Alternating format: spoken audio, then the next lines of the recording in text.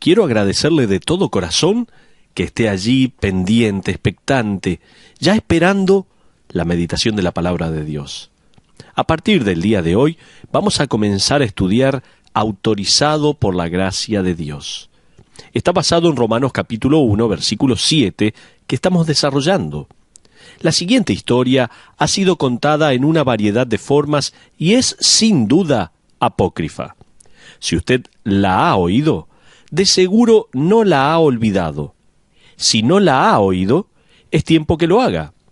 La analogía de la historia con nuestra propia salvación es poderosa e inolvidable.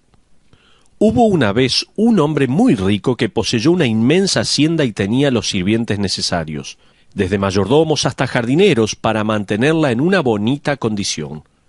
Era viudo con un solo hijo, quien se había ido hacía muchos años para pelear en el ejército del rey.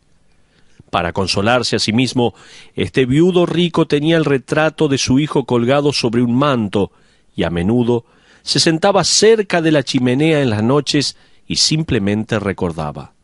Cada vez que un visitante se acercaba a su hacienda, él les presentaba el retrato.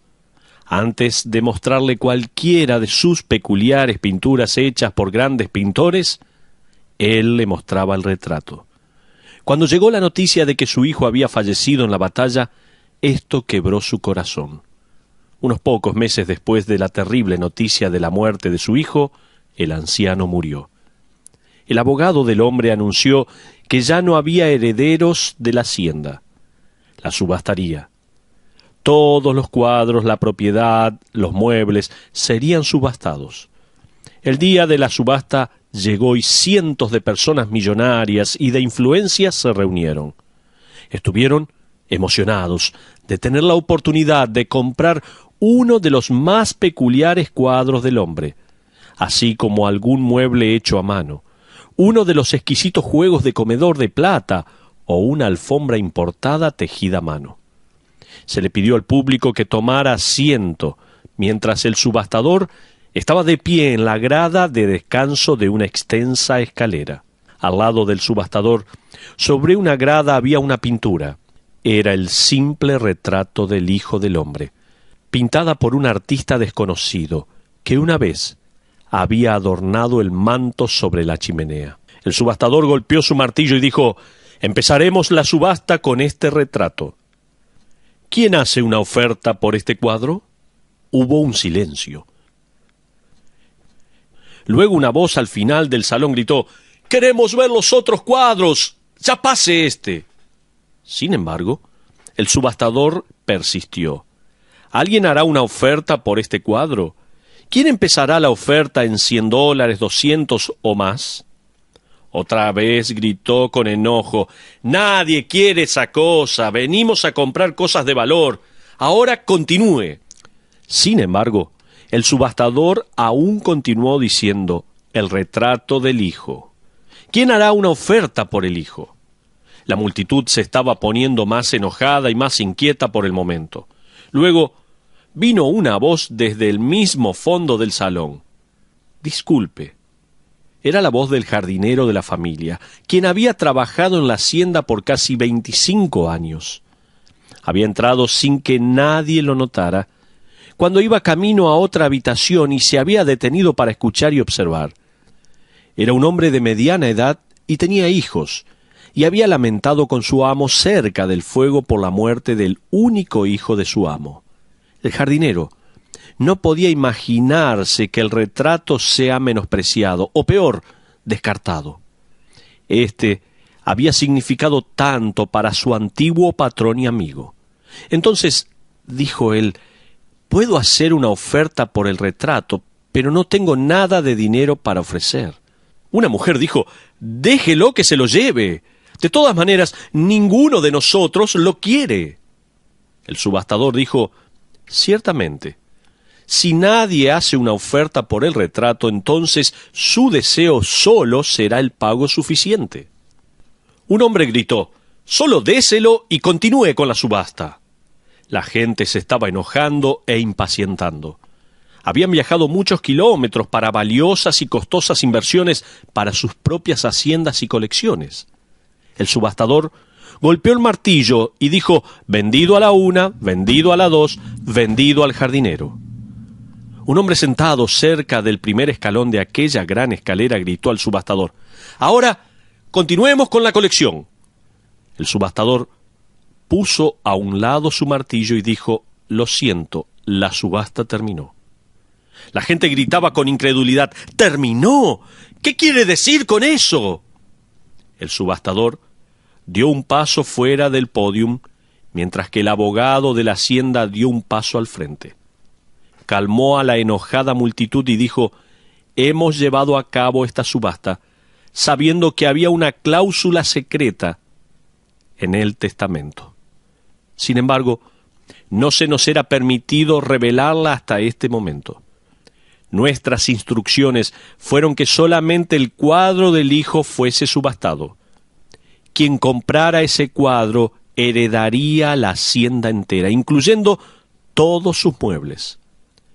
El finado propietario quiso que su hacienda entera quedara en manos de la persona que se interesara lo suficiente en su hijo como para querer su retrato.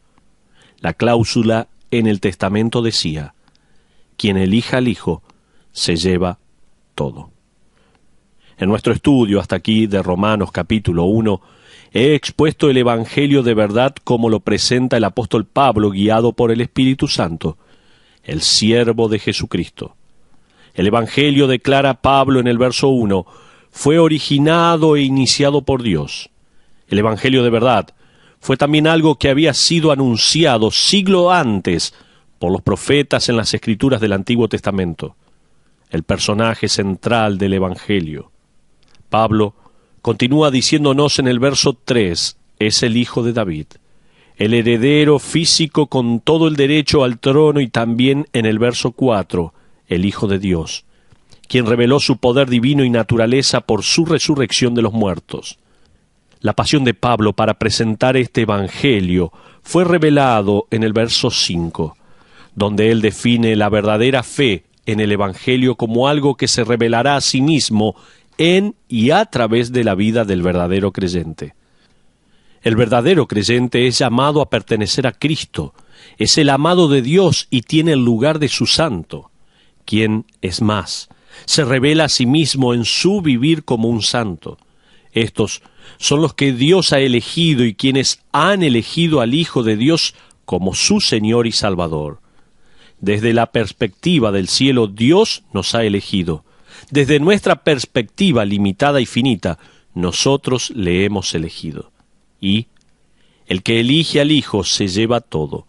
El que quiere al Hijo sobre todo lo demás, aunque no tenga nada que ofrecerle al final, hereda todo. El mundo diría: mire, continuemos con lo que realmente importa de la vida. Vivamos más, hagamos más, juguemos más, construyamos más, viajemos más, tengamos más.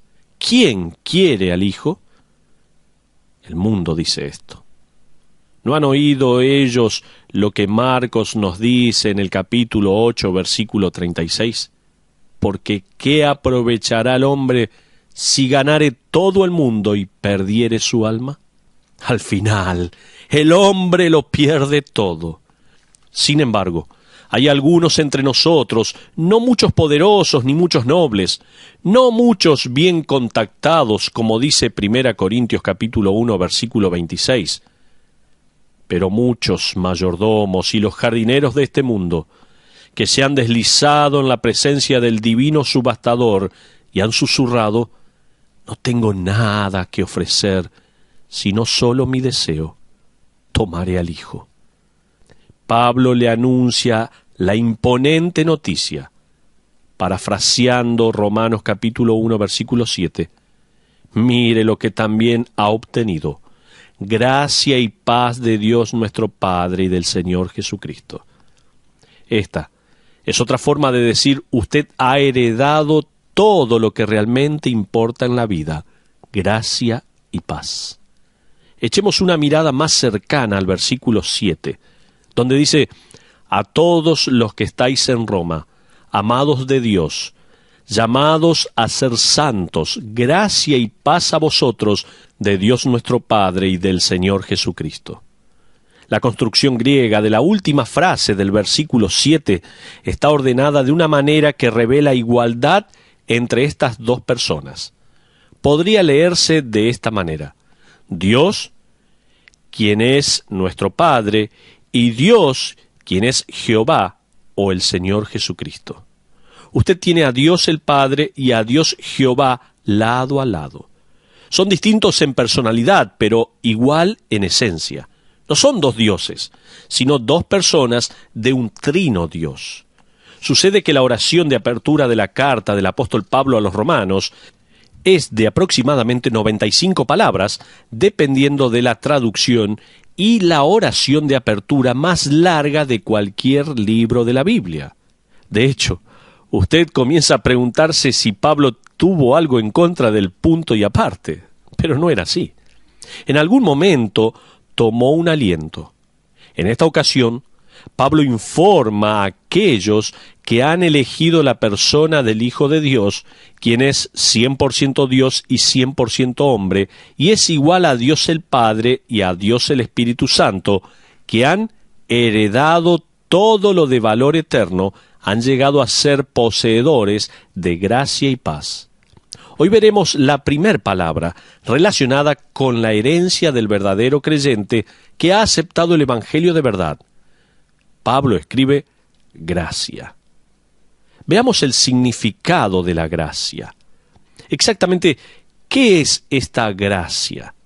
Para mucha gente, escribió un autor, gracia es una palabra que usan para definir el aspecto de algún dignatario, o la habilidad y movimiento de una bailarina, o hasta los movimientos de un mono en una jaula del zoológico. Lo hace con gracia. Eso es lo que algunos entienden. Ciertamente la palabra tiene un amplio espectro de significados. En el Antiguo y en el Nuevo Testamento el significado fundamental se refiere a bondad al que no lo merece. Eso es gracia. En el Antiguo Testamento la palabra hebrea es she o shedet, la que a menudo se traduce bondad o gracia. En el Nuevo Testamento, la palabra primaria traducida gracia es charis. Varias definiciones de la palabra gracia dan algunos autores. Por ejemplo, el doctor Snyder, quien definió gracia como bondad mostrada por un superior a un inferior cuando no hay obligación de parte del superior en mostrarla. Significa condescender a favor, inclinarse, rebajarse. Donald Barnhouse escribió: amor que sube en adoración, amor que se muestra en afecto, amor que se rebaja es gracia. La ilustración más elaborada de gracia que se rebaja está probablemente en el libro del Antiguo Testamento de Segunda de Samuel. David ha subido al trono. Finalmente, ya que Saúl y su hijo Jonatán habían sido muertos en una batalla contra los filisteos. Usted puede recordar que Jonatán era el querido amigo de David. David es ahora rey y establece su reino en Israel. En el segundo libro de Samuel, capítulo 9, él sorprende a todos preguntando en el verso 1: ¿ha quedado alguno de la casa de Saúl a quien haga yo misericordia por amor de Jonatán? Finalmente, encuentran a un antiguo sirviente de Saúl llamado Siba, y David le pregunta en el versículo 3, ¿no ha quedado nadie de la casa de Saúl a quien haga yo misericordia de Dios?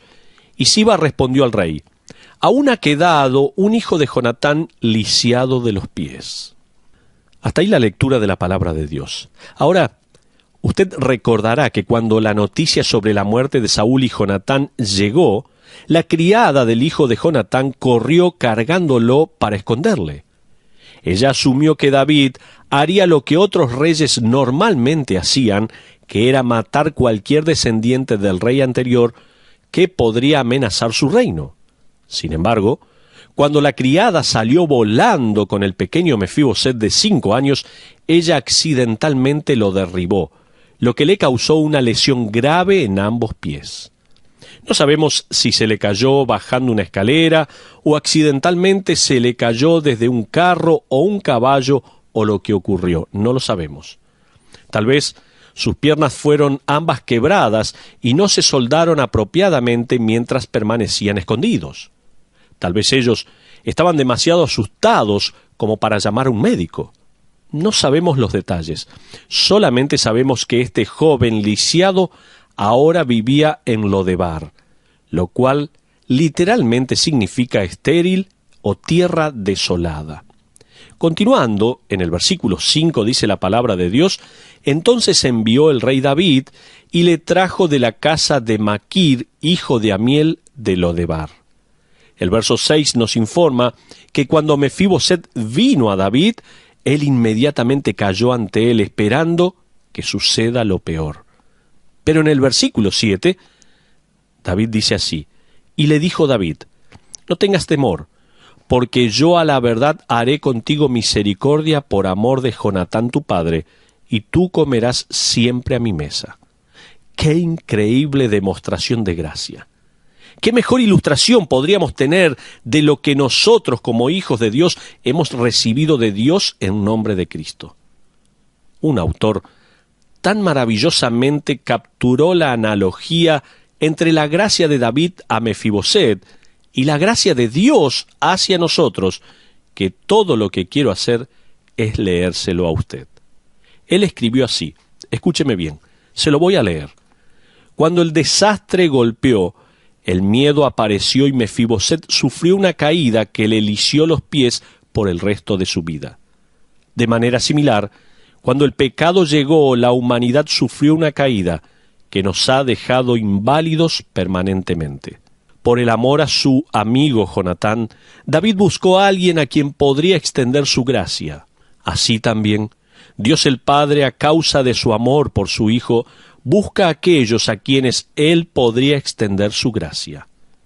El hombre minusválido era indigente y sin mérito. Todo lo que podía hacer era aceptar el favor del rey. Así también nosotros, como pecadores, no tenemos mérito y estamos sin esperanza. En ninguna manera somos dignos del favor de nuestro rey. Todo lo que podemos hacer es aceptar humildemente su gracia.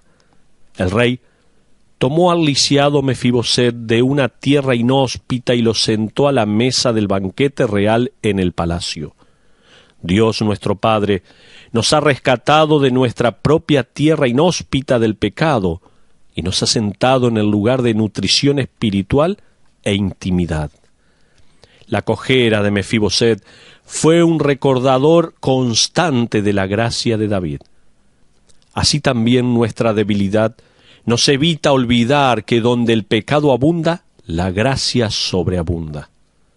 Cuando Mefiboset se sentó a la mesa del rey, fue tratado con el mismo respeto y se le dio los mismos privilegios que a los propios hijos de David. Y cuando nosotros, un día, asistamos a la gran fiesta de las bodas del Cordero, lo mismo será verdad para nosotros también.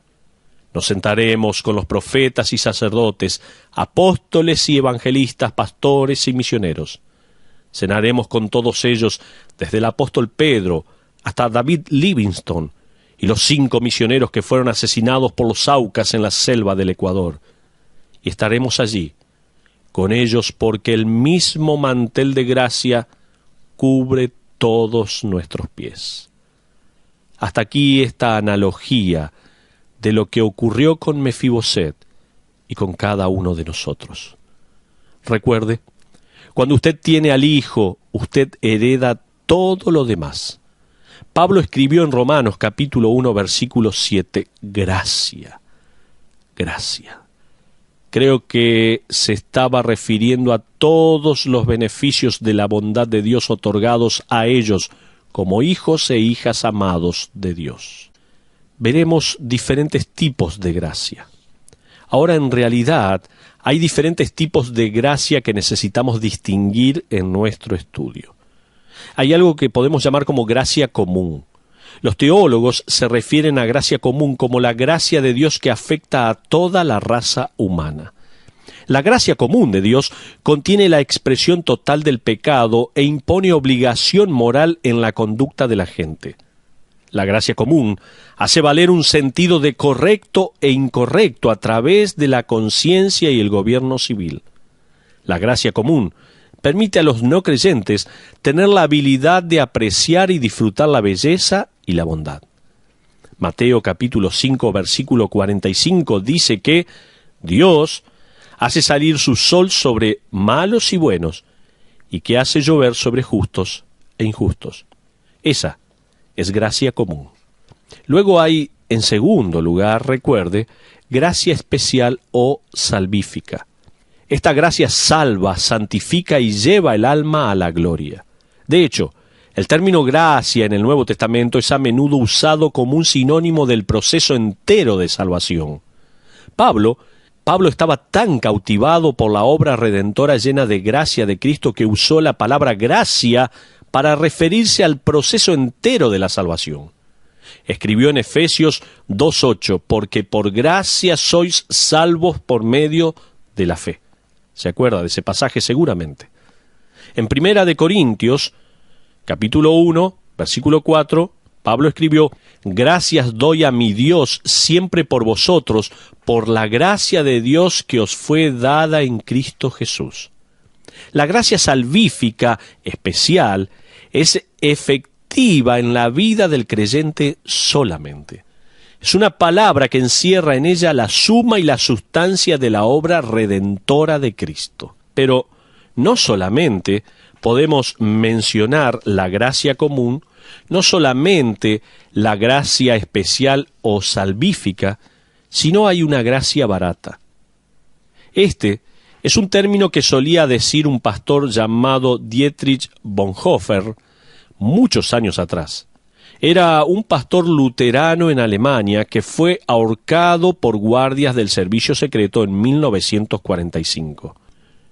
Sus escritos estuvieron disponibles antes de su muerte. Muchas de las enseñanzas místicas de Bonhoeffer es correctamente rechazada por la Iglesia evangélica, pero Bonhoeffer hizo una maravillosa contribución por advertir a la Iglesia de la tendencia de la secularización y la vida mundanal.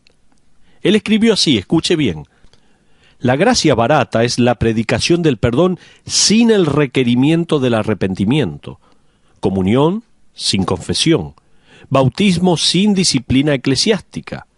La gracia barata es gracia sin discipulado, gracia sin cruz. En tal iglesia el mundo encuentra una cubierta barata para sus pecados. La contrición no es requerida, menos aún cualquier deseo real de ser liberado del pecado. Dejan al cristiano vivir como el resto del mundo. Le dejan moldearse bajo los estándares del mundo en cada esfera de la vida, y no aspiran vivir una vida diferente bajo la gracia, lejos de sus viejas vidas bajo el pecado. Hasta ahí lo que dice Bonhoeffer. Otro autor añade: la gracia barata es un ticket supernatural de libérese de la cárcel. No hay límites adheridos al ticket. Un paquete abierto de amnistía, indulgencia, abstención, inmunidad, aprobación, tolerancia y privilegio auto-otorgado, divorciado de cualquier demanda moral. Esto es lo que estos escritores están mencionando como gracia barata. Este es un pseudo-cristianismo sobre el cual Pedro advierte cuando dijo en Primera de Pedro capítulo 2 versículo 16, pero no como los que tienen la libertad como pretexto para hacer lo malo. En otras palabras, estos hablan de su libertad en Cristo y luego excusan su pecado. Hablan de gracia, pero la gracia ha llegado a ser la fachada que esconden detrás mientras continúan viviendo en pecado sin compromiso.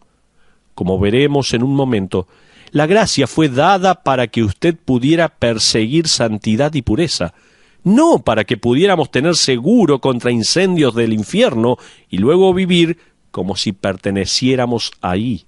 Este tipo de gracia no es gracia salvífica verdadera.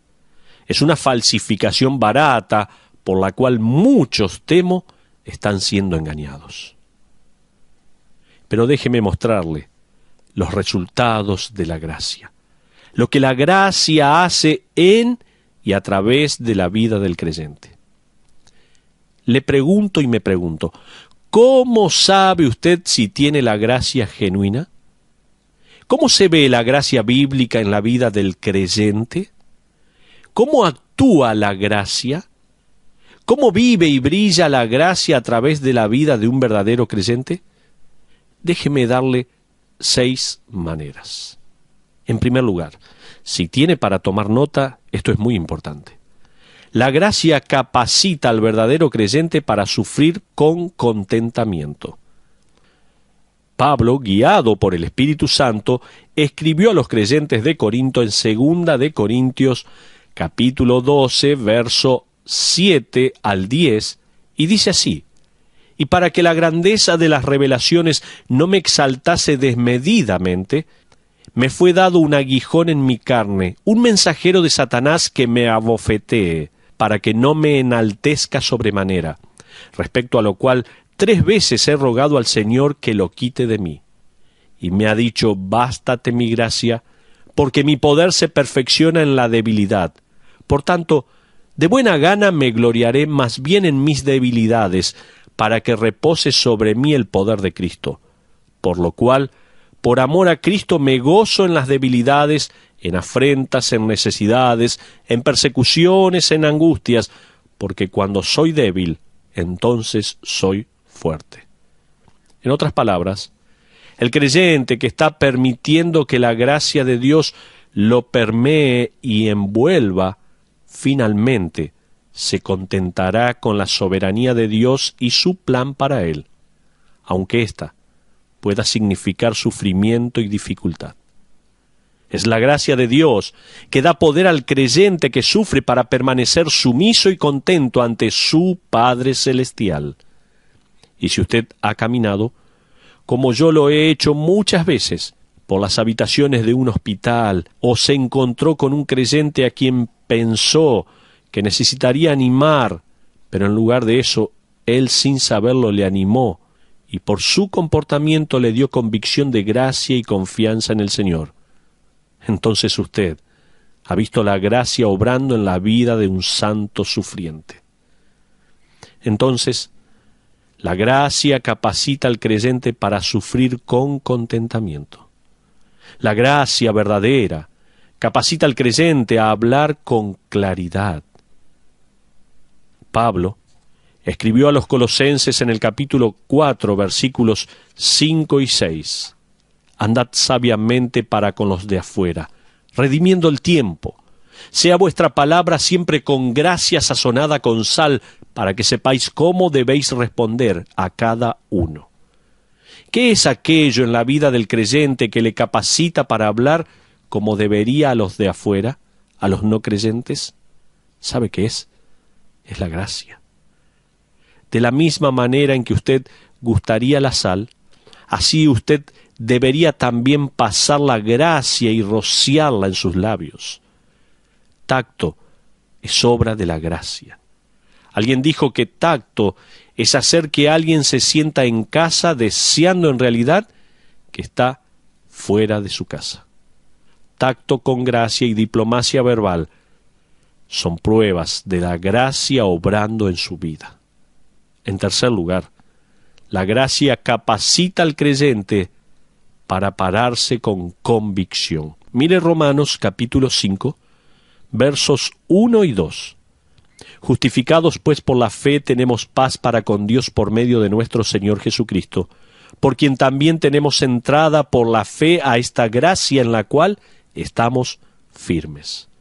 Otro versículo que se refiere a nuestra posición doctrinal está en Hebreos capítulo 13, versículo 9. «No os dejéis llevar de doctrinas diversas y extrañas, porque buena cosa es afirmar el corazón con la gracia». No solamente podemos pararnos firmemente en la doctrina por la gracia, sino que Pablo escribió en Tito, capítulo 2, versículos 11 y 12, «Porque la gracia de Dios se ha manifestado para salvación a todos los hombres, enseñándonos que», note que la gracia de Dios nos enseña, ¿no?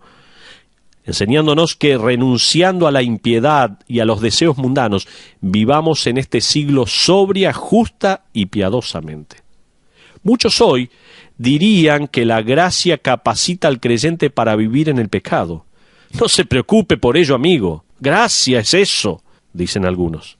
La Biblia, en realidad, revela que la verdadera gracia en la vida de un creyente genuino capacita a ese hombre o a esa mujer para no vivir en el pecado, sino para vivir sin el pecado.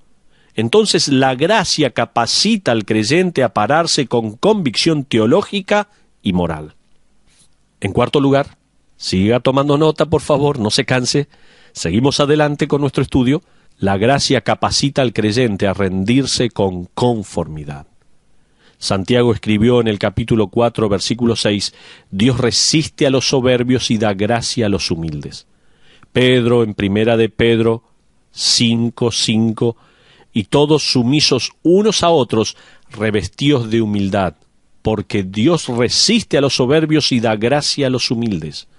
Humillaos, pues, bajo la poderosa mano de Dios, para que Él os exalte cuando fuere tiempo. Rendirse a la voluntad y al plan de Dios con contrición y humildad es el resultado de la obra interna de la gracia. Total rendición es un concepto olvidado en el cristianismo de hoy. Me gusta esta pequeña historia que ilustra el concepto muy bien. Una gallina y un cerdo, ambos vivían en la misma granja. Un día el granjero entró donde estaban ambos y le dijo a todos los animales que la familia quería jamón y huevos para el desayuno. ¿Hay voluntarios?, preguntó el dueño de la granja. La gallina codió al cerdo y le dijo, «Vamos, seamos voluntarios». El cerdo declinó diciendo, «Es fácil para usted sugerir. A usted le piden una pequeña contribución. A mí me piden compromiso total». La verdad es que el compromiso a Cristo es más que una pequeña contribución, es una rendición sacrificial de todo a su voluntad. Estamos pensando en los resultados de la gracia. Dijimos en primer lugar, la gracia capacita al creyente para sufrir con contentamiento. En segundo lugar, la gracia capacita al creyente a hablar con claridad. En tercer lugar, la gracia capacita al creyente para pararse con convicción. En cuarto lugar, la gracia capacita al creyente para rendirse con conformidad. Y ahora, en quinto lugar, la gracia capacita a un creyente a sacrificar con celebración. Una de las cosas que un verdadero creyente hace es invertir sus tesoros en la obra de Dios. Pablo en realidad se refiere al acto de dar como un acto de gracia. Y la prueba que el dar fue hecho en el espíritu de gracia es el hecho que el gozo acompaña el acto. Pablo escribió en 2 de Corintios capítulo 9, versos 7 y 8 de esta manera: Cada uno dé como propuso en su corazón, no con tristeza ni por necesidad, porque Dios ama al dador alegre. Y poderoso es Dios para hacer que abunde en vosotros toda gracia, a fin de que, teniendo siempre en todas las cosas todo lo suficiente, abundéis para toda buena obra. Dar es el resultado de la gracia de Dios obrando en la vida. La acción de gracias y el gozo acompañan el acto del verdadero dar. Pablo escribió en el verso 7, Dios ama al dador alegre. La palabra alegre es la palabra griega hilaros, de donde obtenemos nuestra palabra hilarante. Hilarante significa que inspira alegría o mueve a risa o a alegrarse, regocijarse. Esta literalmente podría leerse, Dios ama al dador hilarante. Imagínese eso. El tiempo de la ofrenda en la iglesia local debería ser el tiempo más hilarante, más alegre, más regocijado que hay en todo el servicio. Esto significa que en el servicio de la iglesia, cuando se recibe la ofrenda, si usted no está contentísimo en dar algo a Dios, no importa lo que haga, no dé. Por favor, no ofrende. La iglesia estará ahí la próxima semana, no va a quebrar, pero tome conciencia que su falta de deseo en dar es la manifestación que la gracia no está obrando en su corazón. Pero si usted desea dar, ese deseo que le mueve a usted a dar algo, en vez de retenerlo para sí mismos, es la obra de la asombrosa transformación de la gracia de Dios. Entonces, la gracia capacita al verdadero creyente a sufrir con contentamiento, a hablar con claridad, a pararse con convicción, a rendirse con conformidad y a sacrificar con celebración. Finalmente, hay un resultado más de la gracia.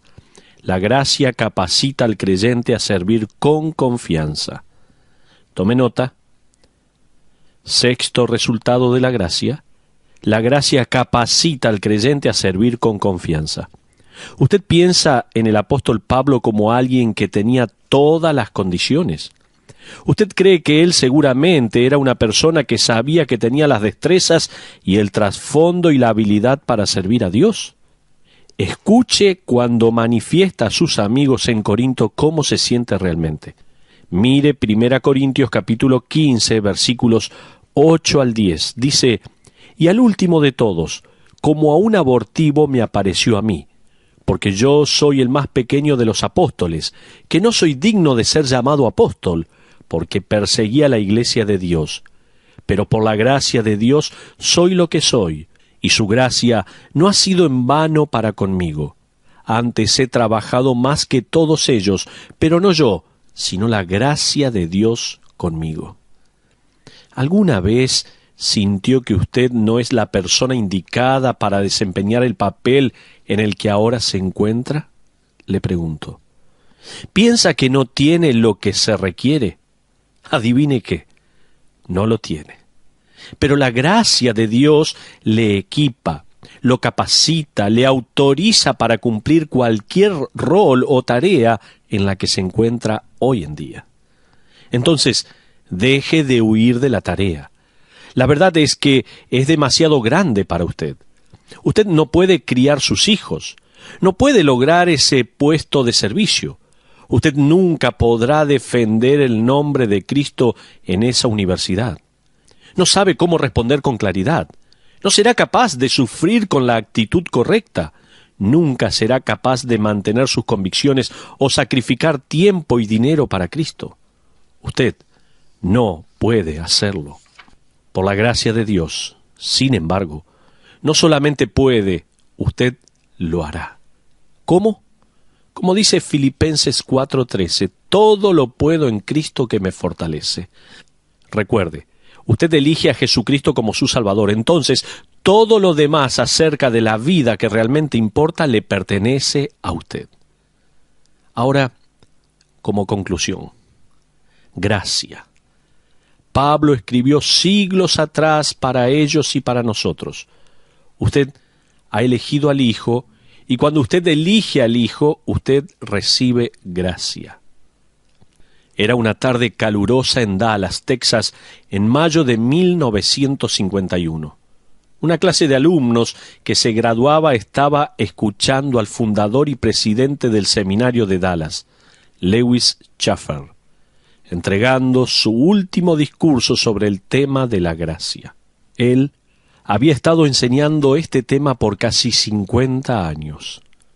Recuerdo personalmente sentarme a escuchar a hombres quienes se habían sentado a los pies de Chafer. Los oí hablar de la manera en que el doctor disertaba sobre el tema de la gracia, para luego trasladarse solo con su silla de ruedas a la cual estaba confinado y dejar tras él una clase de hombres llorando asombrados por la gracia. Bueno, ese día sacó su pañuelo y secó la transpiración de su rostro. Este sería su último discurso sobre su tema favorito, la gracia de Dios. Cerró sus ojos mientras éstos se llenaban de lágrimas, y sus últimas palabras para ellos y para el resto del mundo fueron: «Caballeros, la mitad de mi vida he estado enseñando sobre la gracia de Dios, pero recién estoy empezando a entenderla. Y caballeros, es magnífica, es magnífica. Mi amigo, cuando usted elige al Hijo, usted hereda la gracia. Y cuando usted posee esta magnífica gracia de Dios, usted lo tiene todo.